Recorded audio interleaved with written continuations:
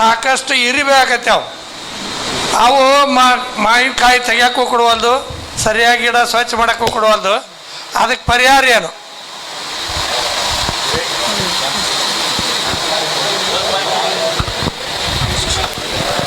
ಸೇರಿಸುತ್ತೆ ಮತ್ತು ಕೊನೆಗೆ ಗೂಡು ಕಟ್ಟಿ ಒಳಗಡೆ ಅಲ್ಲೇ ಇದ್ದು ಕೊನೆಗೆ ಹೆಚ್ಚು ಒಂದು ನುಕ್ಸಾನ್ ಮಾಡುತ್ತೆ. ಇಂಥ ಒಂದು ಸಮಯದಲ್ಲಿ ನಾವು ಪ್ರೂನಿಂಗ್ ಅಂತ ಹೇಳ್ತೀವಿ. ಫಸ್ಟ್ ಏನಂದರೆ ಯಾವುದೋ ಒಂದು ಗೂಡು ಕಟ್ಟಿರುತ್ತೆ ಅದನ್ನು ಆದಷ್ಟು ಬೇಗ ಅದನ್ನು ಪ್ರೂನ್ ಮಾಡಿ ತೆಗಿಬೇಕು.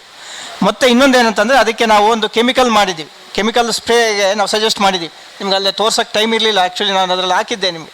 ಸೊ ನಾವು ಅದು ಡೀಟೇಲ್ಸ್ ನಿಮ್ಗೆ ಕಳಿಸ್ಕೊಡ್ತೀವಿ, ನಿಮ್ಮ ನಂಬರು ಇದೆಲ್ಲ ಈಗ ಅದರಲ್ಲಿದೆ. ಸೊ ಎಷ್ಟು ಏನು ಯಾವ ಪ್ರಮಾಣದಲ್ಲಿ ಯಾವಾಗ ಸ್ಪ್ರೇ ಮಾಡಬೇಕು, ಸೊ ಇದೆಲ್ಲ ಡೀಟೇಲ್ಸು ನಿಮಗೆ ಕೊಡ್ತೀವಿ. ಈಗ ಇದರಲ್ಲಿ ಮಾಡೋದು ಭಾಳ ಮುಖ್ಯ ಏನು ಅಂತಂದರೆ ಪ್ರೂನಿಂಗ್ ಅಂತ ಆವಾಗಲೇ ಹೇಳಿದೆ. ನಿಮ್ಮ ಸರು ಹೇಳಿದ್ರು, ಈಗ ಬೆಳಗ್ಗೆ ಕೂಡ ನಾವು ಮಾತಾಡಿದ್ವಿ. ಏನಂತಂದರೆ ಕರೆಕ್ಟ್ ಟೈಮಲ್ಲಿ ಕರೆಕ್ಟ್ ರೀತಿಯಲ್ಲಿ ನಾವು ಹೆಚ್ಚು ಈ ಒಂದು ಪ್ರೂನಿಂಗ್ ಮಾಡಿಕೊಂಡ್ರೆ ನಮಗೆ ಅರ್ಧ ಪ್ರಾಬ್ಲಮ್ಸ್ ಉಳಿದಾಗಲಿ ರೋಗದ್ದಾಗಲಿ ಕಡಿಮೆ ಆಗುತ್ತೆ. ಬಟ್ ಅದನ್ನು ಈ ಇರುವೆ ಕಡಿಮೆ ಮಾಡಬೇಕಾದ್ರೂ ಕೂಡ ಅದು ಒಂದು ಮುಖ್ಯ ಕಾರಣ. ಈ ಕಾಯಿ ಬಿಡೋ ಟೈಮ್ನಲ್ಲಿ ಒಂದು ಗಿಡದೊಳಗೆ ಜಾಡ ಗಡ್ತೈತಿ ಮತ್ತು ಒಳಗೆ ಅವು ತತ್ತಿ ಇಟ್ಟಿರ್ತೈತಿ. ಅದನ್ನು ನಾವು ತೆಗೆದು ಎಷ್ಟೋ ಮಾಡಿ ಸುಟ್ಟರು ಕೂಡ ಮತ್ತು ಹೊಳ್ಳಿ ಎಲ್ಲ ಗಿಡಕ್ಕೆ ತೊಗೊಂಡೈತಿ. ಅದಕ್ಕೆ ಏನಾದರೂ ಪರಿಹಾರ ಉಂಟೋ ಹೇಗೆ? ಯಾಕೆ ಕಾಯಿ ಆಗೋ ಟೈಮ್ನಲ್ಲಿ ಕಾಯಿ ಆಗಿಂದ ಪ್ರತಿಯೊಂದು ಗಿಡದಲ್ಲಿ ಆಗಿದ್ದು 1 ಗಿಡ 2 ಗಿಡ 3 ಗಿಡ ಹಿಂಗಿದ್ದು ತೆಗೆದ್ರೂ ಕೂಡ ಅದು ಕಂಟಿನ್ಯೂ ಆಗುತ್ತೆ. ಅದಕ್ಕೆ ಪರಿಹಾರ ಏನಾದರೂ ಇದೆಯೋ ಹೇಗೆ? ಹೇಳಿ ಸರ್. ವೆಬ್ಬಿಂಗ್ ಕ್ಯಾಟರ್ಪಿಲ್ಲರ್ ಈ ಪ್ರಶ್ನೆ ತಮಗೆಲ್ಲರಿಗೂ ಅರ್ಥ ಆಯ್ತಾ? ನೋಡಿ, ಲೀಫ್ ವೆಬ್ಬಿಂಗ್ ಕ್ಯಾಟರ್ಪಿಲ್ಲರ್ ಅಂತ ಹೇಳ್ತಾರೆ. ಎಲೆಗಳನ್ನು ಸೇರಿಸಿ ಗೂಡು ಕಟ್ಟಿ ಅದಾಗತ್ತಲ್ಲ, ಅದು ಬೇರೆ ಬೇರೆ ಸೀಸನಲ್ಲಿ ಆಗುತ್ತೆ ನೋಡಿ. ಅದು ಸುಮಾರು ಜೂನ್ನಿಂದ ಶುರುವಾಗಿಬಿಟ್ಟು ಅಕ್ಟೋಬರ್ ನವಂಬರ್ವರೆಗೂ ಅದು ಆಗ್ತಾನೇ ಇರ್ತದೆ ಅದು. ಮತ್ತು ಮುಂದೆ ನೀವು ಅದು ಮುಂದೆ ಹಾಗೆ ಇರ್ತದೆ, ನಾವು ಕೀಳೋವರೆಗೂ ಹಾಗೆ ಇರ್ತದೆ. ನಾವು ಅದನ್ನೇನು ಮಾಡಬೇಕಂದ್ರೆ ಅದೆಷ್ಟೇ ಕಟ್ ಮಾಡಿಬಿಟ್ಟು ಅಥವಾ ಅದನ್ನು ಕೋಲಿಂದ ಬಡ್ದು ಬೀಳಿಸ್ಬಿಟ್ಟು, ಮತ್ತು ಎಲೆ ಚಿಗುರು ಬಂದಾಗ ಅಥವಾ ಎಲೆ ಮಧ್ಯಮ ಗಾತ್ರದಲ್ಲಿ ಬೆಳವಣಿಗೆ ಆಗಬೇಕಾದ್ರೆ ನಾವು ಕೆಮಿಕಲ್ಸನ್ನು ಸ್ಪ್ರೇ ಮಾಡಬೇಕು, ಇನ್ಸೆಕ್ಟಿಸೈಡ್ಸನ್ನು ಸ್ಪ್ರೇ ಮಾಡಬೇಕು. ಯಾವುದಂತಂದರೆ ಇದು ಸಿಸ್ಟಮಿಕ್ ಅಲ್ಲ, ಕಾಂಟ್ಯಾಕ್ಟ್ ಇನ್ಸೆಕ್ಟಿಸೈಡ್ಸೇ ಮಾಡ್ಬೋದು. ಯಾವುದಂತಂದ್ರೆ ನೋಡಿ, ನಿಮ್ಮ ಕ್ಲೋರ್ಪರಿಫಾಸ್ ಅಥವಾ ಕ್ವಿನಾಲ್ಫಾಸ್ ಇಂಥವು ಮಾಡಿದರೂ ಸಾಕು ಅನಿಸ್ತದೆ. ಬೇರೆ ಯಾವುದು ಅಂಥ ಸಿಸ್ಟಮಿಕ್ ಇಲ್ಲಿ ಪ್ರಯೋಜನವೇ ಇಲ್ಲ. ಯಾವುದೇ ಒಂದು ಇರುವೆ ಆಗಲಿ ಅಥವಾ ಗೊದ್ದಾಗಲಿ ಕೆಂಜಾಗಲಿ ಗೆದ್ದಲಾಗಲಿ ಕ್ಲೋರ್ಪರಿಫಾಸು ಮತ್ತು ಕ್ವಿನಾಲ್ಫಾಸಿ ಅದರಲ್ಲೇ ನಾವು ಕಂಟ್ರೋಲ್ ಮಾಡ್ಬೋದು. ಕ್ಲೋರ್ಪರಿಫಾಸ್ ಇದೆಲ್ಲ ಹಳೆಯ ಕೆಮಿಕಲ್ ಅದು. ಅದೇನು ನೋಡಿ, ನಾವೇನು ಹಣ್ಣುಗಳಿಗೆ ಕಾಯಿಗಳಿಗೆ ಹೂಗಳಿಗೆ ಏನು ಮಾಡ್ಬೇಕಂತ ರೆಕಮೆಂಡೇಷನ್ ಇಲ್ಲ. ಯಾಕಂದರೆ ಕೆಲವರು ರೆಸಿಡ್ಯೂ ಬಂದುಬಿಟ್ಟಿದೆ ಅದನ್ನು ಇತ್ತಂತಂದ್ರೆ ರಿಜೆಕ್ಟ್ ಆಗುತ್ತೆ ಅಂತಾರೆ. ಅಲ್ಲೇನು ಕಾಯಿಗಳಿಗೇನು ಮಾಡಲ್ಲ, ಕಾಯಿಗಳು ಇಲ್ಲದ ಪೀರಿಯಡ್ದಲ್ಲಿ ನೀವು ಇದನ್ನು ಕಂಟ್ರೋಲ್ ಮಾಡಬೇಕಾಗುತ್ತೆ. ಮತ್ತು ಇವನ್ ಕ್ಲೋರ್ಪರಿಫಾಸ್ ಇದೆಲ್ಲ, ಕ್ಲೋರ್ಪರಿಫಾಸು ದಟ್ಸ್ ಯೂನಿವರ್ಸಲ್ ಟರ್ಮೈಟಿಸೈಡ್ ಆ್ಯಂಡ್ ಇನ್ಸೆಕ್ಟ್. ಇದು ಗೆದ್ದಲ ಮತ್ತು ಕೆಂಜ ಇರುವೆಗಳಿಗೆ ಕಂಟ್ರೋಲ್ ಮಾಡೋಕ್ಕೆ ಯೂಸ್ ಮಾಡ್ತಾರೆ. ಜಗತ್ತಿನಲ್ಲಿ ಟೋಟಲ್ ಕ್ವಾಂಟಿಟಿ ಕ್ಲೋರ್ಪರಿಫಾಸ್ ಎಷ್ಟು ಯೂಸ್ ಆಗುತ್ತಲ್ಲ ಅದರಲ್ಲಿ 60% ನಾನ್ ಅಗ್ರಿಕಲ್ಚರ್ಗೆ ಹೋಗುತ್ತೆ. 35ರಿಂದ 40 ಮಾತ್ರ ಅಗ್ರಿಕಲ್ಚರ್ ಅಂದರೆ ಹಾರ್ಟಿಕಲ್ಚರ್ ಎಲ್ಲರ ಪರ್ಪಸ್ಗೆ ಸೇರಿ 35% ಅಷ್ಟೇ. 60-70% ನಾನ್ ಅಗ್ರಿಕಲ್ಚರ್. ನಿಮಗೆ ಆಶ್ಚರ್ಯ ಆಗುತ್ತೆ, ನಾನ್ ಅಗ್ರಿಕಲ್ಚರ್ ಅಂದ್ರೆ ಏನು ಅಂತ ಕೇಳ್ಬೋದು. ಯಾವುದಂದರೆ ಫೌಂಡೇಶನ್ಗೆ ಟ್ರೀಟ್ಮೆಂಟು, ವುಡ್ ಟ್ರೀಟ್ಮೆಂಟು, ಕಾರ್ಪೆಂಟ್ರಿಗೆ, ಮತ್ತು ಇದು ಫಾಲ್ಸ್ ರೂಫಿಂಗು, ಫಾಲ್ಸ್ ವಾಲು, ಅವಕ್ಕೆಲ್ಲಕ್ಕೂ ಯೂಸ್ ಆಗುತ್ತೆ. ಅದು ವುಡ್ ಟ್ರೀಟ್ಮೆಂಟು, ಫರ್ನಿಚರ್ಗಳಿಗೆ, ಪ್ಲೈವುಡ್ ಮೇಕಿಂಗ್ನಲ್ಲಿ ದೊಡ್ಡ ಸ್ಕೇಲಲ್ಲಿ ಯೂಸ್ ಆಗುತ್ತೆ. ನೀವು ನೋಡಿ, ಜಗತ್ತಿನಲ್ಲಿ ಮ್ಯಾಕ್ಸಿಮಮ್ ಕೆಮಿಕಲ್ ಯೂಸ್ ಆಗೋದು ಕ್ಲೋರ್ಪರಿಫಾಸೆ. ಯಾಕಂದರೆ 60% ನಾನ್ ಅಗ್ರಿಕಲ್ಚರ್ಗೂ ಯೂಸ್ ಆಗುತ್ತೆ. ಫೌಂಡೇಶನ್ ಹಾಕ್ಬೇಕಾದ್ರೆ ಸುರಿತಾರೆ ಹಂಗೆ ಅದನ್ನೇ. ಸುಮಾರು ಏರಿಯಾದಲ್ಲಿ ಫೌಂಡೇಶನ್ಗೆ ಕ್ಲೋರ್ಪರಿಫಾಸು ಯೂನಿವರ್ಸಲಿ, ಅದು ಯುರೋಪ್ ಆಗಿರ್ಬೋದು, ಅಮೇರಿಕಾ ಆಗಿರ್ಬೋದು, ಜಪಾನ್, ಚೀನಾ, ಇಂಡಿಯಾ ಸುರಿತಾ ಇರ್ತಾರೆ, ಅಷ್ಟು ಸುರಿತಾರೆ. ಯಾಕಂದರೆ ಅದನ್ನು ಕಂಟ್ರೋಲ್ ಮಾಡೋಕ್ಕೆ, ಅದನ್ನು ಮೀರ್ಸೋಕ್ಕೆ, ಅಥವಾ ಸ್ವಲ್ಪ ಲಾಂಗ್ ರೆಸಿಡ್ಯೂಯಲ್ ಎಫೆಕ್ಟ್ ಇರೋದಂತಂದರೆ ಎಸ್ಪೆಷಲಿ ಆ ನಾನ್ ಅಗ್ರಿಕಲ್ಚರ್ ಪರ್ಪಸ್ನಲ್ಲಿ ಅದಿರ್ತದೆ. ಎಲೆಗಳಿಗೆ ಸ್ಪ್ರೇ ಮಾಡಿದಾಗ ಗೂಡುಗಟ್ಟಿದಾಗ ನೋಡಿ, ಗೂಡುಗಟ್ಟಿದಾಗ ಅಲ್ಲಿ ಒಳಗಡೆ ಕೆಂಜ ಅಂತ ಹೇಳ್ತಾರೆ. ಕೆಂಜ ಅಂದರೆ ಕೆಂಪು ಬಣ್ಣದ ಇರುವೆ ಅಲ್ಲದು ಗೊದ್ದ ಅಂತ ಹೇಳ್ಬೋದು. ನೀವು ಅದನ್ನು ಕಂಟ್ರೋಲ್ ಮಾಡ್ಬೇಕಾದ್ರೆ ಕ್ಲೋರ್ಪರಿಫಾಸು, ಕ್ವಿನಾಲ್ಫಾಸು, ಪ್ರೊಫೆನಫಾಸ್ ಇಂಥವನ್ನೇ ಆರ್ಗನೋಫಾಸ್ಫರಸ್ ಚೆನ್ನಾಗಿ ಯೂಸ್ ಆಗುತ್ತೆ. Thank you. ಹೌದು ಹೌದು. ಅದಕ್ಕೆ ನೋಡಿ, ಸ್ಟೆಮ್ ಪ್ರೊಡಕ್ಷನ್ ಪೇಸ್ಟಲ್ಲಿ ಕ್ಲೋರ್ಪರಿಫಾಸ್ ಸೇರಿಸಿದ ಆ ಉದ್ದೇಶಕ್ಕೇ ಅದು ತುಂಬ ಚೆನ್ನಾಗಿ ಎಫೆಕ್ಟಿವ್ ಆಗಿರ್ತದೆ. ಅವಾಗ ನೋಡಿ, ನೀವು ಅದಕ್ಕೆ ಸ್ಟೆಮ್ಮಿಗೆಲ್ಲ ಕಟ್ಟುತ್ತಲ್ಲ, ಅವಾಗ ಸ್ಟೆಮ್ಮಿಗೂ ಒಂದು ಸ್ಪ್ರೇ ಮಾಡಬೇಕಾಗುತ್ತೆ. ನೀವು ರೆಗ್ಯುಲರ್ ಎಲೆಗಳಿಗೆ ಹೂಗಳಿಗೆ ಸ್ಪ್ರೇ ಮಾಡಬೇಕಾದ್ರೆ ಸ್ಟೆಮ್ಗೂ ಒಂದು ರೌಂಡ್ ಸ್ಪ್ರೇ ಕೊಟ್ಬಿಡ್ಬೇಕು, ಆವಾಗ ಅದಕ್ಕೆ ಕಟ್ಟಲ್ಲ. ಅದಕ್ಕೆ ನೋಡಿ, ಪ್ರೂನ್ ಮಾಡೋದ್ರಿಂದ ಅನೇಕ ನೋಡಿ, ಗಾಳಿ ಆಡ್ತದೆ, ಬೆಳಕಾಡೋದ್ರ ಜೊತೆಗೂ ನಾವು ಸ್ಪ್ರೇ ಮಾಡೋದು ಎಫೆಕ್ಟಿವ್ ಆಗಿ ಎಲ್ಲ ಕಡೆ ಸೇರುತ್ತೆ. ಇಲ್ಲ ನೋಡಿ, ಪ್ರೂನ್ ಮಾಡದೇ ಇರೋ ಗಿಡಕ್ಕೆ ನಾವು ಸ್ಪ್ರೇ ಮಾಡಿದಾಗ ಹೊರಭಾಗ ಮಾತ್ರ ಅದು ಸ್ಪ್ರೇ ಹೋಗುತ್ತೆ, ಒಳಭಾಗ ಮುಟ್ಟೋದೇ ಇಲ್ಲ ಅದು ನೋಡಿ. ಅದರಿಂದ ನೋಡಿ ಅದನ್ನು ನಾವು ಒಂದ್ಸರಿ ಮಾಡಿದ್ವಿ. ಇವೆಲ್ಲ ನೋಡಿ ಗೊದ್ದ, ಗೆದ್ಲು, ಕೆಂಜ, ಜೇಡ, ವೆಬ್ಬಿಂಗ್ ಕ್ಯಾಟರ್ಪಿಲ್ಲರು ಒನ್ ಟೈಮ್ ಮಾಡಿದರೆ ಅದ್ರ ಲೋಡ್ ಕಡಿಮೆ ಆಗುತ್ತೆ. ಮಾಡಲಿಲ್ಲ ಅಂದರೆ ರಿಪೀಟೆಡ್ ಅಟ್ಯಾಕ್ ನೋಡಿ, ಯಾವುದೇ ಒಂದು ಇನ್ಸಿಡೆಂಟ್ ತಗೊಳ್ಳಿ, ಫೇವರಬಲ್ ಎನ್ವಾಮೆಂಟ್ ಸಿಕ್ಕಾಗ ರಿಪೀಟೆಡ್ ಅಟ್ಯಾಕ್ ಆಗುತ್ತೆ, ರಿಪೀಟ್ ಆಗ್ತಾನೆ ಇರ್ತದೆ ಸುಮಾರಷ್ಟು. ಅದರಿಂದ ಒನ್ ಟೈಮ್ ಟ್ರೀಟ್ಮೆಂಟ್ ಕೊಟ್ಟರು ಎಷ್ಟೋ ಎಫೆಕ್ಟಿವ್ ಇರ್ತದೆ ನೋಡಿ. ಅಕೇಜ್ನಲ್ಲಿ ನೀವು ಕಂಡಾಗ ಅದನ್ನು ಮಾಡಿದ್ರೆ ಬೆಟರ್ ಅನಿಸ್ತದೆ. ಒನ್ ಟೈಮ್ ಟ್ರೀಟ್ಮೆಂಟ್ಗೂ ಸಾಕಷ್ಟು ಎಫೆಕ್ಟ್ ಆಗುತ್ತೆ. ಯಾಕಂದ್ರೆ ನಾರ್ಮಲಿ ಸ್ಟೆಮ್ಗೆ ಯಾರೂ ಸ್ಪ್ರೇನೇ ಮಾಡಲ್ಲ. Thank you sir, thank you. ಪ್ರಶ್ನೆ ಸರಳ ಸಂಕ್ಷಿಪ್ತ ಇರಲಿ, ಒಂದು ನಿಮಿಷ ಅಲ್ಲಿ ನಿಂತಾರೆ, ಆಮೇಲೆ ಉತ್ತರ ಕೂಡ ಸಂಕ್ಷಿಪ್ತವಾಗಿರಲಿ ನಾನು ತಜ್ಞರಲ್ಲಿ ವಿನಂತಿ. ಐಕೆ ತೋರೋಜಿ, ಖಾನಾಪುರ ತಾಲೂಕು, ಚಿಕ್ಕಮ್ಮನಹಳ್ಳಿ. ನಮ್ಮಲ್ಲಿ ಈಗ ಹೂ ಆಗ್ತಾ ಇದ್ದಾರೆ ಮಾವಿನ ತೋಟ. ಮಂಗ್ಯಾಗಳು ಹೂವಿನ ಕುಡಿನೇ ತಿಂತಾ ಇದ್ದಾವೆ. ಮತ್ತು ಇದಲ್ದೂ ಈ ಹಿಂದಿನ ಸೀಸನ್ದೊಳಗೆ ದೊಡ್ಡ ಕಾಯಿ ಆದರೂ ಸಹಿತ ಬಿಡಲಿಲ್ಲ ಅದು ಮಂಗ್ಯಾಗಳು ಭಾಳ ಅಂದ್ರೆ ಭಾಳ ಜಾಸ್ತಿ ಆಗಿದಾವೆ. ಅದಕ್ಕೆ ಏನು ರೆಮಿಡಿ? ಇಲ್ಲ, ಭಾಳ ಎಲ್ಲರೂ ಖುಷಿ ಪಟ್ಟರು ಪ್ರಶ್ನೆಯಿಂದ. ಈ ಸಮಸ್ಯೆ ಎಷ್ಟು ಜನರಿಗಿಂತ ಕೈ ಎತ್ರಿ ಸರ್. ಸರ್ ಅದಕ್ಕೆ ಅನಿಲ್ ಅವರು ಉತ್ತರ ಕೊಡ್ತಾರ. ಯಾರ್ರಿ? ಅನಿಲ್ ಬರ್ರಿ, ಅನಿಲ್ ಬರ್ರಿ. ಗಂಗಾವತಿ. ದಯವಿಟ್ಟು ಎಲ್ಲರ ಸಮಸ್ಯೆ ಇದೆ. ಅನಿಲ್ ಗಂಗಾವತಿ. ಹುಲಿ ಗೊಂಬಿ ತಗೊಂಡು ಅದು ಡ್ರೆಸ್ ಸಿಗ್ತಾವ್ರಿ. ಆ ಡ್ರೆಸ್ ಹಾಕೊಂಡು ಆ ಹುಲಿ ಒದರಂಗ ನಿಮ್ಗೆ ಸಣ್ಣ ಸಣ್ಣ ಸ್ಪೀಕರ್ ಸಿಗ್ತಾವ. ಅದು ಇಟ್ಕೊಂಡು ಆ ಗಿಡ ಎಲ್ಲಿ ಹತ್ತದ ಅಲ್ಲಿಗೆ ಹೋಗ್ರಿ. ಒಂದು 3-4 ಮಂದಿ ಕೊಟ್ಟು ಇಲ್ಲೆಲ್ಲ ಹುಲಿ ಅದಾವ ಅಂತೇಳಿ ಬರಂಗೇ ಇಲ್ರಿ ಸನಿಕ. ಅದು ಅಂದ್ರಿ. ಆಮೇಲೆ ನಾವು ಫಸ್ಟ್ ಮಾಡಿದ್ದೇನೆಂದ್ರೆ ಒಂದು 7-8 ವರ್ಷ ಒಂದು ಹುಲಿ ಒಂದು ದೊಡ್ಡದು ತುಮಕೂರ್ನಾಗ ರೋಡ್ ಸೈಡ್ ಇತ್ತು, ಹೈವೇನಾಗ, ಅಲ್ಲಿ ತೊಗೊಂಬಂದಿವ್ರಿ. ಅದು ಒಂದು 7-8 ವರ್ಷ ಕೆಲಸ ಮಾಡ್ತೀರಿ. ಆಮೇಲೆ ಕಡೆಗೆ ಅದ್ರ ಬಾಲ ಜಗ್ಗುದು ಕಿವಿ ಜಗ್ಗುದು ಮಾಡಾಕತ್ತವ್ರಿ ಕೋತಿ ಮಂಗ್ಯ. ಅವಾಗ ಏನು ಮಾಡಿದಿವ್ರಿ, ಮತ್ತೆ ಇದು ಡ್ರೆಸ್ ತೊಗೊಂಬಂದಿವ್ರಿ. ಈಗ ಈ ಪೀನೆ ಒಳಗೆಲ್ಲ ಐತ್ರಿ, ಅದ್ರ ಅಡ್ರೆಸ್ ಐತೆ ನನ್ನ ಹತ್ರ. ಅವ್ರು ಆನ್ಲೈನ್ಯಾಗ ಕಳಿಸ್ತಾರ್ರಿ. ಅದು ಇನ್ನೊಂದು ಸಲಹೆ ಐತಿ ನಮ್ಗಲ್ಲ, ಆ ಕಡೆ ಅಲ್ರಿ, ಸಲಹೆ ಐತ್ರಿ ಸರ್. ನೀವು ಹೇಳಿದ್ರಿ ಕವರ್ ಹಾಕಬೇಕು, ಒಳ್ಳೆ ಇದು ಬರ್ತೈತಿ ಅಂತ ಹೇಳಿ. ಬಟ್ ಅದ್ರೊಳಗೆ ಏನೋ ಒಂದು ಎಲ್ಲದ್ರೊಳಗೆ ಅಡ್ವಾಂಟೇಜ್ ಡಿಸ್ಅಡ್ವಾಂಟೇಜ್ ಇದ್ದೇ ಇರ್ತೈತ್ರಿ. ಇದ್ರೊಳಗೆ ಏನಂದ್ರೆ ಬಿಲಿ ಬಗ್ಗೆ ಒಂದು ಸಮಸ್ಯೆ ಐತ್ರಿ. ಓಕೆ. ಆಮೇಲೆ ಇನ್ನೊಂದ್ರಿ, ಯಾವುದು ಯಾವ ಟೈಮಿಗೆ ಬಿಟ್ಟೈತಿ ಹೂವು ಏನು ಗೊತ್ತಾಗಲಾರ್ದಕ್ಕೆ ನಾವೇನು ಮಾಡೀವಿ ಅಂದ್ರೆ 4-5 ಕಲರ್ ಮಲ್ಟಿ ಕಲರ್ಡ್ ಕವರ್ಸ್ ತರಿಸಿವ್ರಿ. ಫಸ್ಟ್ ಬಂದಿದ್ದಕ್ಕೆ ಒಂದು ಕಲರ್, ಸೆಕೆಂಡ್ ಕಲರ್ ಬಂದಿದ್ದಕ್ಕೆ ಇನ್ನೊಂದು ಕಲರ್, ಅದ್ರ ಮೇಲೆ ನಂಬರ್ ಇದ್ವು. ಅದು ನಂಬರ್ ಅವ್ರಿಗೆ ಮತ್ತೆ ಕೊಳ್ಳಕ್ಕೆ ಕಂದಿಲಕ್ಕೆ ಕೊಟ್ಟು ಸಾಕ್ಷರತಾ ಆಂದೋಲನ ಮಾಡ್ಬೇಕ್ರಿ ಇನ್ನು ಮುಂದೆ ಮತ್ತೆ ನಮ್ಮ ಲೇಬರ್ಗೆ. ಅದಕ್ಕೆ ಇದು ನಾವು ಕಲರ್ ಕೋಡ್ ಮಾಡ್ಕೊಂಡ್ರೆ ಈಸಿ ವಿ ಮೇ ಐಡೆಂಟಿಫೈ ಯಾವ ಕಲರ್ ಹಣ್ಣು ಬಿದ್ದದ ಆ ಕಲರ್ ಹರಿಬಹುದು ಅಂತೇಳಿ ನನ್ನ ಅಭಿಪ್ರಾಯ. Thank you. ಅಲ್ಲ, ಎಷ್ಟು ದಿವಸ ಇಟ್ಟು ಮಾರ್ಬೋದು ಅಂತ ಅನಿಲ ಪ್ರಶ್ನೆ. ವಿವೇಕ್, ನೀವು ಹೇಳ್ರಿ ಪ್ರಶ್ನೆ ಏನು? AC ಒಳಗೆ ಎಷ್ಟು ದಿವಸ ಇಟ್ಟು ಹಣ್ಣು ಮಾಡ್ಬೇಕನ್ನೋದು ಅವ್ರ ಕ್ವಶನ್. ರೈಟ್ನಿಂಗ್ ಚೇಂಬರ್ ಅದು IHRನಲ್ಲಿ ಒಂದು ಸ್ಟ್ಯಾಂಡರ್ಡೈಸ್ ಮಾಡಿದ್ದೀವಿ. ಇದು ಪ್ಲಾಸ್ಟಿಕ್ ಶೀಟು 4 ಸೈಡು ಒಂದು ಕಂಟ್ರೋಲ್ ಮಾಡೋದಕ್ಕೆ, ಅಂದರೆ ಏನೋ ಗಾಳಿ ಆಚೆ ಹೋಗದಿರೋದಕ್ಕೆ ಒಂದು ಪ್ಲಾಸ್ಟಿಕ್ ಆಗಿ ಕವರ್ ಮಾಡೋವಂಥದ್ದು. ಒಳಗಡೆ ನಾವು ಇಥಿಲಿನ್ ಆ್ಯಕ್ಚುಲಿ ಸೊಲ್ಯೂಷನ್ ಇಡುವಂಥದ್ದು 2%. ಅದಕ್ಕೆ ಸೋಡಿಯಂ ಹೈಡ್ರಾಕ್ಸೈಡು ನಾವು ಆ್ಯಡ್ ಮಾಡೋವಂಥದ್ದು. ಅದು ಮಾಡಿ ಒಂದು ವರ್ಷ 60 ಗಿಡ ಆದ್ರೆ ಒಂದು ವರ್ಷ 40 ಗಿಡ ಕಾಯಿ ಆಗೋಂಗಿಲ್ಲ ಸರ್. ಅವ್ರದ್ದು ಗುಣಧರ್ಮನ ಹಂಗನ ಪ್ರತಿ ವರ್ಷ 100 ಗಿಡನೂ ಕಾಯಿ ಆಗ್ತಾವ್ರಿ ಸರ್. ಒಂದು ವರ್ಷ ಒಂದು ವರ್ಷ ಕಾಯಿ ಹಿಡಿಯಂಗಿಲ್ಲ. ಒಂಥರ ಎಲ್ಲ ಎಲೆ ಎಲ್ಲ ಗಾಳದಂಗೆ ಆಗ್ತಾವೆ ಸರ್. ನಾವಕ್ಕೆಲ್ಲ ಕಟ್ಟಿಗೆ ಗೊಬ್ಬರ ಹಾಕ್ತೀವಿ, ಎಲ್ಲ ಮಾಡ್ತೀವಿ, ನೀರು ಹಾಕ್ತೀವಿ, ಎಲ್ಲ ಗಿಡಕ್ಕೂ ಪ್ರತಿ ಏನು ಮಾಡ್ಬೇಕು ಎಲ್ಲನೂ ಮಾಡ್ತೀವಿ ಸರ್. ಬಟ್ ಇಷ್ಟು ಗಿಡ ನಮ್ಗೆ ಆಗಂಗಿಲ್ಲ ಸರಿಯಾದ ಟೈಮ್ಗೆ. ತಳಿ ಯಾವುದು ಸರ್? ಅಲ್ಫಾನ್ಸ್. ಆಲ್ಫಾನ್ಸೋನಲ್ಲಿ ಸಾಮಾನ್ಯ ನಿಮಗೆಲ್ಲ ಗೊತ್ತಿರೋ ಹಾಗೆ ವರ್ಷ ಬಿಟ್ಟು ವರ್ಷ ಬರುವಂಥ ಜಾಸ್ತಿ ಒಂದು ಚಾನ್ಸ್ ಜಾಸ್ತಿ.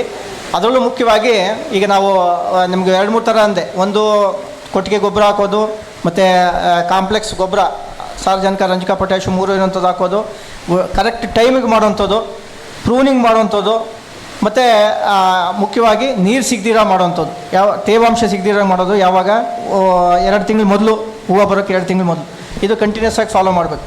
ಇನ್ನೊಂದು ಏನಂತಂದರೆ, ಈಗ ಸಾಮಾನ್ಯವಾಗಿ ಗಿಡಕ್ಕೆ ಒಂದು ಸಾಮರ್ಥ್ಯ ಇರ್ತದೆ, ಎಷ್ಟು ಹೂವು ಬರಬೇಕು, ಎಷ್ಟು ಕಾಯಿ ಬಿಡಬೇಕು, ಎಷ್ಟು ವರ್ಷದ ಗಿಡ ಎಷ್ಟು ಬೆಳೆದಿದೆ ಅಂತ. ಈಗ ಜಾಸ್ತಿ ಒಂದೇ ಸಲ ನಾವು ಹೆಚ್ಚು ಒಂದು ಫಲ ತೊಗೊಂಡಾಗ, ಒಂದು ವರ್ಷ ಚೆನ್ನಾಗಿ ಬಂತು ಇಳುವರಿ, ಈ ವರ್ಷ ಎಲ್ಲ ತೊಗೊಂಬಿಡೋಣ, ಬಂದಿದ್ದೆಲ್ಲ ತೊಗೊಳ್ಳೋಣ, ಹೂವು ಉದುರಿಸೋದು ಬೇಡ ಅಂತೇಳಿ ನಾವೆಲ್ಲ ತೊಗೊಂಡಾಗ ಗಿಡ ಸಾಮರ್ಥ್ಯ ಕಳ್ಕೊಂಡು ಅದೇ ಗಿಡ ನೆಕ್ಸ್ಟ್ ಇಯರು ಇಳುವರಿ ಕಡಿಮೆ ಬರೋ ಚಾನ್ಸ್ ಇರ್ತದೆ, ಅಥವಾ ಹೂವನ್ನೇ ಬಿಡದಿರೋ ಇರ್ಬೋದು. ಸೊ ಇದು ನಾವು ಸ್ವಲ್ಪ ನಾವು ಮ್ಯಾನೇಜ್ಮೆಂಟಲ್ಲಿ ಇದೆ. ಮ್ಯಾನೇಜ್ಮೆಂಟಲ್ಲಿ ಅಂದರೆ ಏನು, ನಾವು ಹೆಚ್ಚು ಒಂದು ಇಳುವರಿ ಬಂದಾಗ ನಾವು ಅದನ್ನು ಮಾಡ್ರೇಟ್ ಮಾಡಿಕೊಂಡ್ರೆ ಪ್ರತಿ ವರ್ಷವೂ ಇಳುವರಿ ತೆಗೆಯೋ ಚಾನ್ಸು ಇರುತ್ತೆ. ಬಟ್ ಆ ಗಿಡಕ್ಕೆ ನಾವು ಏನು ಹೇಳ್ತೀವಿ ಅಂದರೆ, ಒಂದು ಎಷ್ಟು ಗಿಡ ಬೆಳೆದಿದೆ, ಈಗ 3ನೇ ವರ್ಷ ಗಿಡನ, 5ನೇ ವರ್ಷ ಗಿಡನ, 10ನೇ ವರ್ಷ ಗಿಡನ, ಅದರಲ್ಲಿ ಎಷ್ಟು ಕಾಯಿ ಸಾಮರ್ಥ್ಯ ಇದೆ. ಈಗ ಸಾಮಾನ್ಯವಾಗಿ ಒಂದು 4 ರಿಂದ 5 ಎಲೆಗಳಿಗೆ ಒಂದು ಕಾಯಿ ಅಂತ ಇಟ್ಕೊಳ್ಳಿ. ಅದರಲ್ಲಿ ಎಷ್ಟು ಎಲೆಗಳಿಗೆ ನಾವು ಒಂದೊಂದು ಕಾಯಿ ಬಿಟ್ಕೋಬೇಕು. ಸೊ ನಾವು ಕಾಯಿಗಳನ್ನ ಬಂದಿದ್ದೆಲ್ಲ ಬಿಟ್ಕೊಂಡಾಗ, ಬರ್ತಾ ಇದ್ದಂಗೆಲ್ಲ ನಾವು ತೊಗೊಂಡಾಗ ಯಾವುದೇ ಒಂದು ಬೆಳೆ ಇದ್ರೂ ಕೂಡ ಅದು ಸಾಮರ್ಥ್ಯ ಕಳ್ಕೊಂಡು ಈ ಥರ ಆಗೋ ಚಾನ್ಸ್ ಇರ್ತದೆ. ಮುಖ್ಯವಾಗಿ ನೀವು ಮ್ಯಾನೇಜ್ಮೆಂಟಲ್ಲಿ ನೀರು ಗೊಬ್ಬರ ಕರೆಕ್ಟಾಗಿ ಬಳಸಿ. ಬೇರೆ ತಳಿಗಳು ನಾವು ಹೇಳಿದಾಗೆ, ನೀವು ಆ ಥರ ಏನಾದರೂ ಕಂಟಿನ್ಯೂಸ್ ಪ್ರಾಬ್ಲಮ್ ಇದ್ದರೆ ಆವಾಗ ಒಂದು ಬೇರೆ ತಳಿಗಳನ್ನೇ ನಾವು ಆ್ಯಕ್ಚುಲಿ ನಾವು ಅದಕ್ಕೆ ಕಸಿ ಮಾಡ್ಕೋಬೋದು. ನಿಮ್ಮ ಕಂಟಿನ್ಯೂಸ್ ಆಗಿ ಅದು ಮಗುವೇ ಬರ್ತಾ ಇಲ್ಲ ಅಂದರೆ ಅದು ಆ್ಯಕ್ಚುಲಿ ಉಪಯೋಗ ಆಗಲ್ಲ. ಅಂಥ ಟೈಮಲ್ಲಿ ಅದಕ್ಕೆ ನಾವು ಈ ಟಾಪ್ ವರ್ಕಿಂಗ್ ಅಂತ ಏನು ಹೇಳ್ತೀವಿ, ಆ ಥರ ಬೇರೆ ನಾವು ಒಂದು ತಳಿಗಳನ್ನ ಅದಕ್ಕೆ ಕಸಿ ಮಾಡ್ಕೊಳ್ಳೋದ್ರಿಂದ ನಿಮಗೆ ಕಂಟಿನ್ಯೂಸ್ ಆಗಿ ಇಳುವರಿ ಬರುತ್ತೆ. Thank you. ನೆಕ್ಸ್ಟ್ ದಯವಿಟ್ಟು ಬೇರೆಯವರು. ಚೆನ್ನಾಗಿ ಅಲ್ಲ, ಗೊಣ್ಣೆ ಹುಳ. ಅದ ದೊಣ್ಣೆ ಹುಳ ರೀ. ಅದಕ್ಕೆ ಅದು ಬಡ್ಡ್ಯಾಗನ ತೊಗೊಂಡ್ಬಿಡದೈತ್ರಿ. ಅದು ಈಗ ಕಂಟ್ರೋಲ್ ಮಾಡ್ಬೇಕಾದ್ರೆ ಏನು ಮಾಡಬೇಕು ಸರ್? ಸಾಹೇಬ್ರು, ಹಿತ್ತಲ್ಮನ್ ಸಾಹೇಬ್ರು, ಇದು ಸ್ಟೆಮ್ ಬೋರರ್. ಸ್ಟೆಮ್ ಬೋರರ್ ಅಲ್ಲ ಇದು. ಇವ್ರು ಹೇಳಿದ್ದು ರೂಟ್ ಗ್ರಬ್ ಅಲ್ಲ ನೀವು ಹೇಳ್ತಿರೋದು, ಅಥವಾ ಅಷ್ಟೇ ಕಾಂಡಕ್ಕೆ ಹೊಡೆಯೋದ? ಸಮಸ್ಯೆ ರೇಸ್ ಮಾಡೋದು ಎತ್ತಿದ್ದವ್ರು ಅವರು ಕನ್ಫ್ಯೂಸ್ ಮಾಡೋದು ಬೇಡ. ಅವ್ರೇನೋ ತಲೆಯಾಗ ಬೇರೆ ನಾವು ಸೇರ್ಸೋದು ಬೇಡ.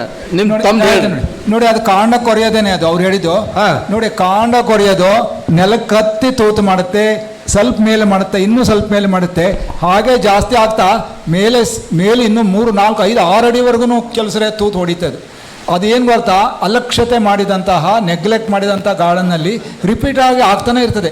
ನೀವು ಅದನ್ನು ಕಂಟ್ರೋಲ್ ಮಾಡಿದಾಗ, ಅದನ್ನು ಟ್ರೀಟ್ ಮಾಡಿಬಿಟ್ಟು ಆ ಹುಳವನ್ನು ಚುಚ್ಚಿ, ತಂತಿ ಹಾಕಿ ಚುಚ್ಚಿ ಅದನ್ನು ಸಾಯಿಸಿ, ಸಿಕ್ಕಲಿಲ್ಲ ಅಂತಂದರೆ ಒಳಗಡೆ ಅದರಲ್ಲಿ ಕ್ಲೋರ್ಪೈರಿಫಾಸ್, ಅಲ್ಯೂಮಿನಿಯಂ ಫಾಸ್ಫೈಡ್ ಅದನ್ನ ಹಾಕಿಬಿಟ್ಟು ಅದನ್ನು ಕೆಸರಿನಿಂದ ಮುಚ್ಚಿ ಮತ್ತು ಸ್ಟೆಮ್ ಪ್ರೊಡಕ್ಷನ್ ಇದನ್ನೇ ಪೇಂಟ್ ಮಾಡಿದಾಗ ಅದು ಕಂಟ್ರೋಲ್ ಆಗುತ್ತೆ. ಭಾಳ ಕಡೆ ಏನಾಗುತ್ತೆ ಅಂದರೆ ಬಿಟ್ಬಿಡ್ತಾರೆ. ಒಂದು 5-6 ವರ್ಷ 10 ವರ್ಷ ಆದರೆ ರಿಪೀಟೆಡ್ ಅಟ್ಯಾಕ್ ಆಗಿ ಮೇನ್ ಸ್ಟೆಮ್ ಅಲ್ಲ, ಇವನ್ ಮೇಲ್ಗಡೆ ಇರೋ ರೆಂಬೆಗಳಿಗೆಲ್ಲ ಹೊಡಿತದೆ. ಆವಾಗ ಬ್ರ್ಯಾಂಚ್ ಒಣಗುತ್ತೆ, ಗಿಡನೂ ಒಣಗುತ್ತೆ. ಅದನ್ನು ನೀವು ಫಸ್ಟ್ ಟೈಮ್ ಕಂಡಾಗನೇ ಅದಕ್ಕೆ ಟ್ರೀಟ್ಮೆಂಟ್ ಆಗಬೇಕು. ಒಂದು ತೋರಿಸಿದೆ ನೋಡಿ, ಅದು ಬಂದಾಗ ಅದನ್ನೆಲ್ಲ ಕೆತ್ತಿ ತೆಗೆದುಬಿಟ್ಟು ಅದಕ್ಕೆಲ್ಲ ಟ್ರೀಟ್ಮೆಂಟ್ ಮಾಡಿ, ಮತ್ತು IHRದು ಒಂದಿದೆ, ಸೀಲರ್ ಆ್ಯಂಡ್ ಹೀಲರ್ ಅಂತ ಒಂದು ಮಾಡಿದ್ದಾರೆ. ಸಿಪ್ಪೆ ಹೋಗಿರ್ತದೆ, ಸಿಪ್ಪೆ ನಾಶ ಆಗಿರ್ತದೆ. ನಾವು ಅದನ್ನು ಈ ಸೀಲರ್ ಆ್ಯಂಡ್ ಹೀಲರಿಂದ ಬೆಳೆದಾಗ ಸಿಪ್ಪೆ ಮತ್ತೆ ಬೆಳೆದು ಕೂಡ್ಕೊಳ್ಳುತ್ತೆ. ಗಾಯ ಎಲ್ಲ ಮಾಯ್ದುಬಿಟ್ಟು ಕೂಡ್ಕೊಂಡು ಮತ್ತೆ ಮೊದಲಿದ್ದಂಗೆ ಆಗುತ್ತೆ. ಅದನ್ನು ನೀವು ಮಾಡಬೇಕು. ಅದನ್ನು ಬೋರರ್ ಕಂಟ್ರೋಲ್ ಮಾಡೋದ್ರ ಜೊತೆಗೆ ಸೀಲರ್ ಆ್ಯಂಡ್ ಹೀಲರು ಹಾಕಬೇಕಾಗಿದೆ. ನೀವು ಅದನ್ನು ಮಾಡಿದಾಗ ಮತ್ತೆ ತಿರುಗಿ ಬೆಳೆದು ಕೂಡ್ಕೊಂಡು ಒಂದಾಗಿಬಿಡ್ತದೆ ಅದು ಸಿಪ್ಪೆ. ಇಲ್ಲಾಂದ್ರೆ ಅಷ್ಟು ಭಾಗ ವೀಕ್ ಆಗೇ ಇರ್ತದೆ, ಅದು ಮುಂದೆ ಪೊಟೆನ್ಷಿಯಲ್ ಡ್ಯಾಮೇಜ್ ಆಗ್ತಾ ಹೋಗುತ್ತೆ. ಒಂದೆಲ್ಲ ಹೇಳ್ತಂಗೇಳಿ ತೋಟನೇ ಹೋಗಿವೆ, ಬೇಕಾದಷ್ಟು ಹೋಗಿವೆ.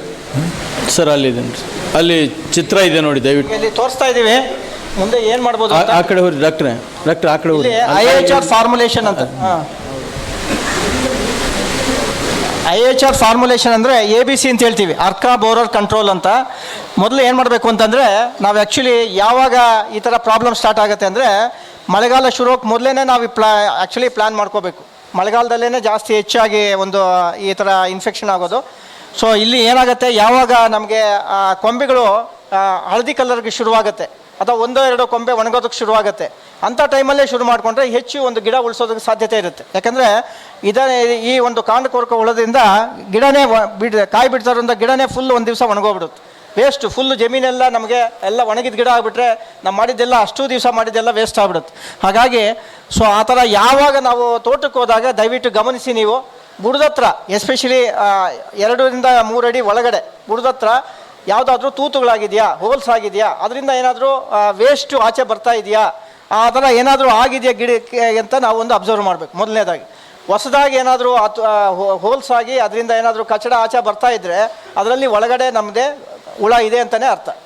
ಸೊ ಅಂಥ ಒಂದು ಸಮಯದಲ್ಲಿ ನಾವೇನು ಮಾಡಬೇಕು, ಆ ಹೋಲ್ಸನ್ನು ಪ್ಲಗ್ ಮಾಡಬೇಕು. ಯಾವ ಥರ, ಒಂದು ಹತ್ತಿ ತೊಗೊಂಡು ಹತ್ತಿನಲ್ಲಿ ಕ್ಲೋರಿಪೈರಿಫಾಸಲ್ಲಿ 2 ml 1 ಲೀಟ್ರ್ ನೀರಿಗೆ 2 ml 1 ಲೀಟ್ರ್ ನೀರಿಗೆ ಕಲಿಸ್ಕೊಂಡು ಹತ್ತಿನ ಅದರಲ್ಲಿ ಅದ್ದಿ ಅದನ್ನು ನಾವು ಹೋಲ್ಸನ್ನು ಕವರ್ ಮಾಡಬೇಕು.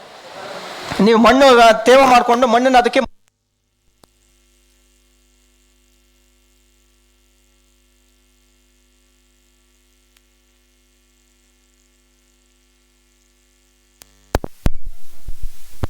ತೆಗೆದುಬಿಟ್ಟು ತೊಗಟೆ ಮೇಲೆ ನಾವು ತೊಗಟೆ ತೆಗೆದಾದ್ಮೇಲೆ ಈ ಪೇಸ್ಟ್ ಮಾಡಬೇಕು. ಪೇಸ್ಟ್ ಅಂದರೆ ಹೇಗೆ, ನಮ್ಮದು ಪುಡಿ ಬರ್ತದೆ, 1 kg ಪೌಡ್ರು 1 kg ಪೌಡ್ರನ್ನ 1 ಲೀಟ್ರ್ ನೀರಲ್ಲಿ ಬೆಳೆಸ್ಕೊಂಡು ಅದನ್ನು ಒಂದು ಬ್ರಷ್ ತೊಗೊಂಡು ಆ 2 ಅಡಿ ಏನು ತೊಗಟೆ ತೆಗೆದಿರ್ತೀವಲ್ಲ ಅದಕ್ಕೆ ಲೇಪನ ಮಾಡಬೇಕು. ಸೊ ಈ ಕೆಲಸನ ನಾವು ಮಳೆಗಾಲ ಶುರುನಲ್ಲಿ ಮಾಡಿಕೊಂಡಾಗ ಅಥವಾ ಗಿಡ ಒಂದು ಸಣ್ಣ ಒಂದೆರಡು ಕೊಂಬೆ ಒಣಗಕ್ಕೆ ಶುರುವಾದಾಗ ಮಾಡಿಕೊಂಡ್ರೆ ಗಿಡನ ಉಳಿಸ್ಬೋದು. ನೀವು ಏಕ್ದಮ್ ಗಿಡ ಎಲ್ಲ ಒಣಗಿದ ಮೇಲೆ ನೀವು ಮಾಡೋಕ್ಕೆ ಹೋದರೆ ಅದು ಗಿಡ ಉಳಿಯಲ್ಲ. ಇದು ಹೀಲರ್ ಕಮ್ ಸೀಲರ್ದು ಸೇಮ್ ಪ್ರಿನ್ಸಿಪಲ್. ಮಳೆ ಜೂನ್ ಜುಲೈನಲ್ಲಿ ಮಳೆ ಜಾಸ್ತಿ ಆಗುತ್ತೆ ಸರ್ ನಮ್ಮ ಕಡೆ. ಜೂನ್ ಜುಲೈನಲ್ಲಿ ಒಂದು 2 ಫೂಟ್ ಕಸ ಬಂದ್ಬಿಡುತ್ತೆ ಸರ್ ನಮ್ಮ ಕಡೆ. ಅದು ಕಲ್ಟಿವೇಟ್ರ್ ಹೊಡ್ಯಾಕೆ ಹೋದ್ರೆ ಅದು ಕಸಾನೂ ಕ್ಲೀನ್ ಆಗಂಗಿಲ್ಲ ಸರ್. ರೂಟ್ರ್ ಹೊಡಿಬೇಕಾದ್ರೆ ಇಷ್ಟು ದೊಡ್ಡ ಕಲ್ಲು ಇರುತ್ತೆ, ಕಲ್ಲು ಸರ್ ನಮ್ಮ ಕಡೆ ನೀಗಲ ಹೊಡಿಬೇಕಾಗ್ತದೆ ಸರ್. ನಾವು ಎಲ್ಲ ಕಂಪಲ್ಸರಿ ನೀಗಲ ಹೊಡಿಬೇಕಾಗ್ತದೆ ಸರ್. ಆ ಟೈಮ್ದಾಗ ಈ ದೊಡ್ಡದು ಬೇರ್ಗಳೆಲ್ಲ ಹಾಯ್ತಾವೆ ಸರ್. ಅದೇನು ಸಮಸ್ಯೆ ಮಾಡ್ತವೆ ಏನು ಸರ್? ಆ್ಯಕ್ಚುಲಿ ಕಳೆ ತೆಗೆಯೋದು ಮುಖ್ಯ ಇಲ್ಲ ಅಂತಲ್ಲ, ಆದರೆ ಕಳೆ ತೆಗೆಯೋಕ್ಕೋಸ್ಕರ ಬೇರು ಡ್ಯಾಮೇಜ್ ಮಾಡಬಾರ್ದು. ಈಗ ಮುಖ್ಯವಾಗಿ ಏನಾಗುತ್ತೆ ಅಂದರೆ ಬೇರು, ಅದರಲ್ಲಿ ತುಂತುರು ಬೇರು, ಜಲ್ಲಿ ಬೇರು ಅಂತಂದೆ. ಗಿಡದ ಹತ್ರ ಸುತ್ತ ಇರುವಂಥ ಬೇರು, ಈಗ ತಾಯಿ ಬೇರು ಬಿಟ್ಟು ಮಿಕ್ಕಿದ ಸುತ್ತ ಹರಡಿರುವಂಥ ಬೇರನ್ನು ನಾವೇನಾದರೂ ಈಗ ಟಿಲ್ಲರ್ ಹೊಡೆದಾಗಲಿ ನೇಗಿಲು ಹೊಡೆದಾಗಲಿ ಅದನ್ನು ನಾವು ಡ್ಯಾಮೇಜ್ ಮಾಡಿದ್ರೆ ನಮ್ಮ ಕಾಲಕ್ಕೆ ಗಾಯ ಆದಾಗೆ ಆ ಬೇರಿಗೂ ಗಾಯ ಆಗಿ ಬೇರು ಮುಖಾಂತರ ಈ ಥರ ಹುಳುಗಳೆಲ್ಲ ಒಳಗಡೆ ಹೋಗಿ ರೋಗ ಮತ್ತು ಹುಳ ಬರುವಂಥ ಚಾನ್ಸ್ ಜಾಸ್ತಿ ಆಗುತ್ತೆ. ಹಾಗಾಗಿ ಯಾವುದೇ ಕಾರಣಕ್ಕೂ ಬುಡದ ಹತ್ರ ನೇಗಿಲು ಹೊಡೆಯೋದನ್ನು ಅವಾಯ್ಡ್ ಮಾಡಬೇಕು. ಫಸ್ಟ್ ಥಿಂಗ್ ಕಳೆ ತೆಗಿಬೇಕು. ನಿಜ, ಕಳೆ ತೆಗೆಯೋದಕ್ಕೆ ಕಳೆನಾಶಕಗಳನ್ನು ದಯವಿಟ್ಟು ಯಾರು ಹೊಡಿಬೇಡಿ. ಬುಡದ ಹತ್ರ ಹೊಡೆಯೋದು ಬೇಡ. ಬದುಗಳ ಮೇಲೆ ಹೊಡೀರಿ, ರೋಡ್ಗಳಿಗೆ ಹೊಡೀರಿ, ಮನೆ ಸುತ್ತ ಕಳೆ ಇದ್ದರೆ ಹೊಡ್ಕೊಳ್ಳಿ. ಬೇರುಗಳ ಹತ್ರ ಮಾತ್ರ ಯಾವುದೇ ಕಾರಣಕ್ಕೂ ಕಳೆನಾಶಕಗಳು ಹೊಡೆಯೋದು ಬೇಡ. ಯಾಕಂದರೆ ಕಳೆನಾಶಕಗಳು ಹೊಡೆದಾಗ ಏನಾಗುತ್ತೆ ಅಂದರೆ ಅಲ್ಲಿರುವಂಥ ಸೂಕ್ಷ್ಮ ಜೀವಿಗಳು ಎಲ್ಲ ಒಂದು ನಮ್ಮ ಪೋಷಕಾಂಶಗಳನ್ನ ಎಳೆದುಕೊಳ್ಳುವಂಥದ್ದು, ನಮಗೆ ಬೇಕೇ ಬೇಕಿರುವಂಥದ್ದು, ಗಿಡದ ಉತ್ಪಾದನೆ ಜಾಸ್ತಿ ಮಾಡುವಂಥದ್ದು, ಎಷ್ಟೋ ವರ್ಷಗಳಿಂದ ಬೆಳೆದು ಬಂದಿರುವಂಥದ್ದು ಒಂದೇ ಒಂದು ದಿವಸದಲ್ಲಿ ನಾಶ ಆಗ್ಬಿಡುತ್ತೆ. ಹಾಗಾಗಿ ಯಾವುದೇ ಕಾರಣಕ್ಕೂ ಕಳೆನಾಶಕಗಳನ್ನ ಬುಡದ ಹತ್ರ ಹೊಡೆಯೋದು ಬೇಡ. ಅದೇ ಥರ ಕಳೆನ ತೆಗಿಬೇಕು ಅಂತಂದರೆ ನೀವು ಅರ್ಥ ಮಾಡ್ಕೊಳ್ಳಿ, ಬೇರೆ ಎಷ್ಟಿರ್ತದೋ ಅಷ್ಟು ಮಾತ್ರ ಕಳೆ ತೆಗಿಬೇಕು. ಎಲ್ಲ ಕಳೆ ತೆಗಿಯೋದು ನೆಸಿಟಿ ಏನಿಲ್ಲ. ನೀವು ಮಧ್ಯ ಜಾಗ 2 ಗಿಡಗಳ ಮಧ್ಯೆ ಇರುವಂಥ ಜಾಗದಲ್ಲಿ ಕಳೆಗಳಿದ್ರು ಏನು ತೊಂದರೆ ಏನಿಲ್ಲ. ನಾವು ಈ ಥರ ಲಾನ್ ಮೂವರ್ ಥರ ನಾವು ಏನು ಶ್ರಬ್ ಮಾಸ್ಟರ್ ಹೊಡೆದು ಕಳೆನ ಒಂದು ಕಂಟ್ರೋಲ್ಗೆ ಇಟ್ಕೊಂಡ್ರೆ. ಅದೇ ಮುಖ್ಯವಾಗಿ ಮಲ್ಚಿಂಗ್ ಅಂತ ಹೇಳಿದೆ ಅವಾಗ ನಾನು. ಮಲ್ಚಿಂಗ್ ಅಂದರೆ ಏನು? ಹೊದಿಕೆ ಒದಿಸೋದು. ಬುಡಕ್ಕೆ ನಾವು ಸ್ಟಾರ್ಟಿಂಗಲ್ಲೇ ಕಳೆ ಬರೋಕ್ಕೆ ಮೊದಲೇ ನಾವೇನಾದರೂ ಸೊಪ್ಪುಗಳು ಹಾಕಿಬಿಟ್ರೆ, ದಟ್ಟವಾಗಿ ಸೊಪ್ಪು ಹಾಕ್ಕೊಂಡಿದ್ರೆ ಆದರೆ ಅದೇ ಥರ ನಾವು ಕಟ್ ಮಾಡಿದ್ದು ಪ್ರೂನಿಂಗ್ ಮಾಡಿದ್ದು ಎಲ್ಲ ಮಾವನ್ನ ಸೊಪ್ಪನ್ನ ಅಲ್ಲೇ ವಾಪಸ್ ಹಾಕಿದ್ರೆ ಪೋಷಕಾಂಶಗಳು ಪುನರಾವರ್ತನೆ ಆಗುತ್ತೆ, ಕಳೆನೂ ಕಮ್ಮಿ ಆಗುತ್ತೆ, ನಿಮಗೆ ಹೆಚ್ಚು ಒಂದು ಲಾಭ ಬರೋ ಚಾನ್ಸ್ ಇರುತ್ತೆ. Thank you sir. Soil fertiliser ಕೊಡೋದು ಬೆಟರ್, ಸೇಮ್ ಈಕ್ವಲಿ ನಾವು ಫಾಲಿಯರ್ ಸ್ಪ್ರೇಯಿಂದನ ಅದನ್ನು ಕಂಟ್ರೋಲ್ ಮಾಡಬಹುದಾ ಅಂದರೆ ಡೆಫಿಷಿಯನ್ಸಿನ? 2 ಪ್ರಶ್ನೆ ಸರ್. ಮೊದಲನೇ ಪ್ರಶ್ನೆ, ಈಗ ಸಾಯಿಲ್ ಟೆಸ್ಟು ಮತ್ತು PTOL ಕಾನ್ಸಂಟ್ರೇಷನ್ ಎವ್ಯಾಲ್ಯೂಷನ್ ಮಾಡೋದು. ಇದರಲ್ಲಿ ಏನಾಗುತ್ತೆ ಅಂದರೆ ಸಾಯಿಲಲ್ಲಿ ಕೆಲವು ಸಲ ಏನಾಗುತ್ತೆ, ಏನೇನೋ ನಾವು ನೋಡೋದು ಸಾಮಾನ್ಯವಾಗಿ ಏನು pH ಅಥವಾ ಎಲೆಕ್ಟ್ರಿಕಲ್ ಕಂಡಕ್ಟಿವಿಟಿ ಅಥವಾ ಆರ್ಗ್ಯಾನಿಕ್ ಕಾರ್ಬನ್, ಸಾವಯವ ಅಂಶ, ಸಾರಜನಕ, ರಂಜಕ, ಪೊಟ್ಯಾಶಿಯೋ, ಕ್ಯಾಲ್ಶಿಯಮು, ಮೆಗ್ನೀಷಿಯಮ್, ಸಲ್ಫರು, ಈ ಥರ ನ್ಯೂಟ್ರಿಯೆಂಟ್ಸ್ ನೋಡ್ಕೊಂಡು ಹೋಗ್ತೀವಿ. ಅಂದರೆ ಅವೈಲಬಲ್ ನ್ಯೂಟ್ರಿಯೆಂಟ್ಸ್ ಅಂತ ಹೇಳ್ತೀವಿ. ಯಾವ ಅಂಶ ಗಿಡಕ್ಕೆ ಸಿಗುತ್ತೆ ಅನ್ನೋದು ಮಾತ್ರ ಗೊತ್ತಾಗುತ್ತೆ. ಬಟ್ ಆ್ಯಕ್ಚುಲಿ ಅದು ಗಿಡಕ್ಕೆ ಸಿಕ್ಕಿದೆಯಾ ಇಲ್ವಾ ಅದು ಎಷ್ಟೋ ಫ್ಯಾಕ್ಟರ್ಸ್ ಮೇಲೆ ಡಿಪೆಂಡ್ ಆಗುತ್ತೆ. ಆ ಟೈಮಲ್ಲಿ ನೀವು ಹಾಕಿದಾಗ ನೀರು ತೇವಾಂಶ ಇತ್ತಾ ಅಥವಾ ಗಿಡ ಎಳ್ಕೊಳ್ಳೋ ಒಂದು ಸಾಮರ್ಥ್ಯ ಇತ್ತಾ, ಎಲ್ಲಿ ನೀವು ಕೊಟ್ರಿ ಅದನ್ನು, ಯಾವ ಅಂಶ ಎಷ್ಟು ಸಿಕ್ಕಿದೆ, ಇದೆಲ್ಲ PTOL ಅನಾಲಿಸಿಸಲ್ಲಿ ನಮಗೆ ಕ್ಲಿಯರ್ ಆಗುತ್ತೆ. ಬಟ್ PTOL ಅನಾಲಿಸಿಸ್ ಏನಂತಂದರೆ ನಿಮಗೆ ಕ್ಲಿಯರ್ ಕಟ್ಟಾಗಿ ನಾವು ಅದನ್ನು ಸ್ಟ್ಯಾಂಡರ್ಡೈಸ್ ಮಾಡಿದ್ದೀವಿ. ಬೇಕಾದ್ರೆ ಆ ಸ್ಲೈಡು ಬೇಕಾದ್ರೆ ತೋರಿಸಿ. ಇಲ್ಲೇನಾಗುತ್ತೆ ಅಂದರೆ ಈಗ ಸ್ಟ್ಯಾಂಡರ್ಡ್ ಲೀಫ್ ಅಂತ ಹೇಳ್ತೀವಿ, ಮೇಲ್ಗಡೆಯಿಂದ 3ನೇ ಲೀಫಾ 5ನೇ ಲೀಫಾ, ಸೊ ಅದು ಫುಲ್ಲಿ ಓಪನ್ ಇರಬೇಕು, ಎಷ್ಟು ದಿವಸದ ಮೊದಲು ಬಂದಿರಬೇಕು, ಅವೆಲ್ಲ ಒಂದು ಸ್ಟ್ಯಾಂಡರ್ಡೈಸ್ ಮಾಡಿದ್ದೀವಿ. IHRಲ್ಲಿ ಮಾವಿನಲ್ಲಿ ಯಾವ ಒಂದು ನಾವು ಎಲೆ ತೊಗೊಂಡು ನಾವು ಅದನ್ನು PTOL ಸಮೇತ, PTOL ಅಂದರೆ ಅದರ ತೊಟ್ಟಿರುತ್ತಲ್ಲ, ತೊಟ್ಟು ಸಮೇತ ನಾವು ಅನಾಲಿಸಿಸ್ ಮಾಡಿದಾಗ ಯಾವ ಒಂದು ಅಂಶ ಎಷ್ಟಿರಬೇಕು, ಕಡಿಮೆ ಅಂದರೆ ಎಷ್ಟಿರಬೇಕು, ಸಾಧಾರಣ ಅಂದರೆ ಎಷ್ಟಿರಬೇಕು, ಜಾಸ್ತಿ ಅಂದರೆ ಎಷ್ಟಿರಬೇಕು, ಅದೇ ಥರ ಒಂದು ನ್ಯೂಟ್ರಿಯೆಂಟ್ಗೂ ಇನ್ನೊಂದು ನ್ಯೂಟ್ರಿಯೆಂಟ್ಗೂ ಎಷ್ಟು ರೇಷಿಯೋ ಇರಬೇಕು. ಸೊ ಈ ಥರ ನಾವೆಲ್ಲ ಸ್ಟ್ಯಾಂಡರ್ಡೈಸ್ ಮಾಡಿ ಇಟ್ಟಿದ್ದೀವಿ. ಸೊ ಹೀಗಾಗಿ ಇದನ್ನು ನೀವು ಗೈಡ್ ಥರ ಉಪಯೋಗಿಸ್ಕೋಬೋದು. ಇದನ್ನು ಫುಲ್ಲು ನಾವು ಈಗ ಒಂದು ಪುಸ್ತಕದಲ್ಲಿ ಮಾಡಿದ್ದೀವಿ. ಪುಸ್ತಕ ಈಗ ನಮ್ಮ ಸರ್ ಕಡೆ ಇರ್ತದೆ. ಸೊ ಯಾರು ಬೇಕಾದರೂ ನೀವು ಅದನ್ನು ರೆಫರೆನ್ಸಿಗೆ ತೊಗೊಳ್ಳಿ ದಯವಿಟ್ಟು. ಸೊ ಸರ್, ಆ ಡೆಫಿಷಿಯನ್ಸಿ ಅದಲ್ರಿ, ಅಂದರೆ ಈಗ ಲೀಫ್ ಅನಾಲಿಸಿಸ್ ಆದಮೇಲೆ ನಾವು ಅದು ಫಾಲಿಯರ್ ಸ್ಪ್ರೇ ಕೊಟ್ಟರೆ, ಫೋಲಿಯರ್ ಸ್ಪ್ರೇ ಏನಾಗುತ್ತೆ, ಸಾಮಾನ್ಯವಾಗಿ ಯಾವುದನ್ನು ಫೋಲಿಯರ್ ಸ್ಪ್ರೇ ಕೊಡಬೇಕು ಅಂತ ನಾವು ಹೇಳ್ತೀವಿ ಅಂದರೆ ಮೈಕ್ರೋ ನ್ಯೂಟ್ರಿಯೆಂಟ್ಸ್, ಅಂದರೆ ಯಾವ ಅಂಶ ನಾವು ಕಡಿಮೆ ಪ್ರಮಾಣದಲ್ಲಿ ಗಿಡಕ್ಕೆ ಬೇಕಾಗಿರುತ್ತೋ ಅದನ್ನು ಮಾತ್ರ ನಾವು ಒಂದು ಲಘು ಪೋಷಕಾಂಶಗಳ ಮಿಶ್ರಣ ಈ ಥರದ್ದು ಮಾತ್ರ, ಮ್ಯಾಂಗೋ ಸ್ಪೆಷಲ್ಲು ಅಥವಾ ಯಾವುದೊಂದು ಬೋರಾನೋ ಆ ಥರ ಅದನ್ನು ಮಾತ್ರ ನಾವು ಫೋಲಿಯರ್ ಸ್ಪ್ರೇ ಕೊಡ್ಬೋದು. ಜಾಸ್ತಿ ಪ್ರಮಾಣದಲ್ಲಿ ಬೇಕಿರೋದು ಈಗ ಸಾರಜನಕ, ರಂಜಕ, ಪೊಟ್ಯಾಶು ಇವೆಲ್ಲ ನೀವು ಫೋಲಿಯರ್ ಸ್ಪ್ರೇ ಮಾಡ್ತೀವಿ ಅಂದರೆ ಎಷ್ಟು ಕೊಡೋಕ್ಕಾಗತ್ತೆ? ಫಾರ್ ಎಕ್ಸಾಂಪಲ್ ಯೂರಿಯಾ ಹಾಕಬೇಕಾದ್ರೆ ನೀವು ಜಾಸ್ತಿ ಅಂದರೆ 2%, 20 ಗ್ರಾಮ್ 1 ಲೀಟರ್ ನೀರಿಗೆ ಹಾಕೋಬೋದು. ಅದಕ್ಕಿಂತ ನೀವೇನಾದ್ರು ಜಾಸ್ತಿ ಹಾಕಿದ್ರೆ ಎಲೆ ಎಲ್ಲ ಒಣಗೋಗುತ್ತೆ. ಸೊ ಎಷ್ಟು ಸಲನೇ ಕೊಡೋಕ್ಕಾಗುತ್ತೆ ಆ ಥರ ಫೋಲಿಯರ್ ಸ್ಪ್ರೇ ಮಾಡೋಕ್ಕೆ. ಹಾಗಾಗಿ ಮೇಜರ್ ನ್ಯೂಟ್ರಿಯೆಂಟ್ಸು ಸಾರಜನಕ, ರಂಜಕ, ಪೊಟ್ಯಾಶು ಮಣ್ಣಿಗೆ ಕೊಡಬೇಕು. ಮಣ್ಣಿಗೆ ಅದು ತಿಪ್ಪೆ ಗೊಬ್ಬರ ಹಾಕಿ ಅದ್ರ ಮೇಲೆ ಮಣ್ಣು ಹಾಕಿ ಅದ್ರ ಮೇಲೆ ಸಾರಜನಕ ರಂಜಕ ಪೊಟ್ಯಾಶ್ ಹಾಕಿ ಅದ್ರ ಮೇಲೆ ಮಣ್ಣು ಹಾಕಿ ಮತ್ತು ಒದಿಸಿ ತೇವ ಇರುವಾಗ ಮಣ್ಣು ಮುಚ್ಚಿ ನಾವು ಅದನ್ನು ಜೂನ್ ಜುಲೈ ತಿಂಗಳಲ್ಲಿ ಮಾಡಬೇಕು. ಸರ್ ಈಗ ನನ್ನ ಸಮಸ್ಯೆ ರೀ, ಈ ಸಲ ಮಳೆಗಾಲ ನಮ್ಗೆ ಒಟ್ಟ ಗ್ಯಾಪ ಕೊಡಲಿಲ್ಲ. ಎರಡನೇದು ಲೇಬರ್ ಸಮಸ್ಯೆ.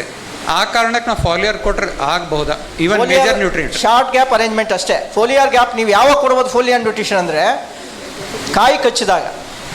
ಈಗೇನಾಗುತ್ತೆ, ಈಗ ಇನ್ನೂ ಕಾಯಿ ಬಂದಿಲ್ಲ, ಹೂವು ಬಂದಿಲ್ಲ, ಹೂವು ಬಂದು ಕಾಯಿ ಕಚ್ಚಿದಾಗ ಕಾಯಿ ಸೈಜ್ ಜಾಸ್ತಿ ಆಗಲಿಕ್ಕೆ ಅಥವಾ ಒಂದು 10% 20% ಅದು ಇಳುವರಿ ಜಾಸ್ತಿ ಮಾಡಲಿಕ್ಕೆ ಅಂಥ ಟೈಮಲ್ಲಿ foliar spray NPK mixture 19 foliar spray ನೀರಲ್ಲಿ ಒಂದು 20 ಗ್ರಾಮ್ ಹಾಕ್ಕೊಂಡು ನೀವು ಫೋಲಿಯರ್ ಸ್ಪ್ರೇ ಮಾಡಿದ್ರೆ ಒಂದು 10 to 15% ಇಂಪ್ರೂವ್ಮೆಂಟ್ ಬರ್ತದೆ. ಹಂಗಂತೇಳಿ ನಾವು ಗಿಡಕ್ಕೆ ಗೊಬ್ಬರನೇ ಕೊಡಲ್ಲ, ನಾವು ಬರೀ ಫೋಲಿಯರ್ ಸ್ಪ್ರೇ ಮಾಡ್ತೀವಿ ಅಂದರೆ ತಪ್ಪಾಗುತ್ತೆ. Okay sir, thank you. ಧನ್ಯವಾದಗಳು.